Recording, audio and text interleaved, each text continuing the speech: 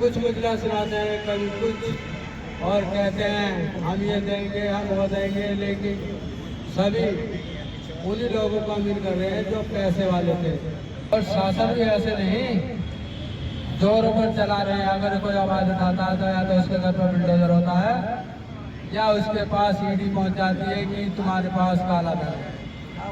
BJP का कितना ही छोटा नेता था या कितना बड़ा था, उसको कोई ईडी नहीं लगती, क्योंकि उन पर पैसा है नहीं। बेचारे गरीब आदमी, सबसे ज़्यादा गरीब बीजेपी पार्टी में है और सबसे अमीर आदमी विपक्ष में बैठे हैं जो ईडी और सीबीआई पर छापा मारते रहते हैं।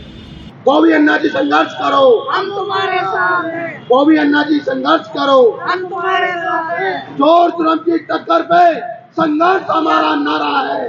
चोर जुर्म की टक्कर पे संघर्ष हमारा नारा है। अभी तो ये लड़ाई है, आगे और लड़ाई है। अभी तो ये लड़ाई है, आगे और लड़ाई है। बॉबी अन्ना जी संघर्ष करो, हम तुम्हारे साथ हैं। बॉबी अन्ना जी हम तुम्हारे साथ हैं। बॉबी अन्ना जी संघर्ष करो। हम तुम्हारे साथ हैं। जो जनता बेरोजगार होती जा रही है उसके लिए एक ये जो सरकारी नौकरियां ख़त्म होती जा रही हैं, हम उनके संवेदनाशील हैं। और ये जो जनता की बेरोजगारी बढ़ती जा रही है, हम उनको सरकारी नौकरी पर लाने के लिए जो 4th क्लास है वो निजीकरण हो गया। जी जैसे एक सफाई कर्मचारी, भाई इस देश की सबसे ज़्यादा सफाई कौन करता है? सफाई कर्मचारी, लेकिन वही प्राइवेट हो गया। जी इस देश का क्लर्क वो प्राइवेट हो गया। जो इस देश को चलाने में टाइप करके चलाता है, वो अपनी मेहनत करता है, आंखों पे जोर डालता है, वही प्राइवेट हो गया। जी अपने देश में ये है, सरकार को लगभग 6 साल बने हुए होगी स्टेट गवर्नमेंट में, 9 साल सेंट्रल गवर्नमेंट में। इस समय याद क्यों आई?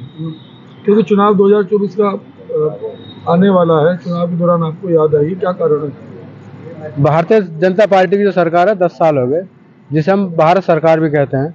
भारत सरकार में जो पद निकले हैं सर, जैसे कि हमारा रेलवे प्राइवेट हो गया, अब कहाँ से सरकारी नौकरी होगी? हमारा जो एयरपोर्ट है वो बेच चुके हैं, वो प्राइवेट कर चुके हैं, वहाँ सरकारी नौकरी खत्म हो चुकी।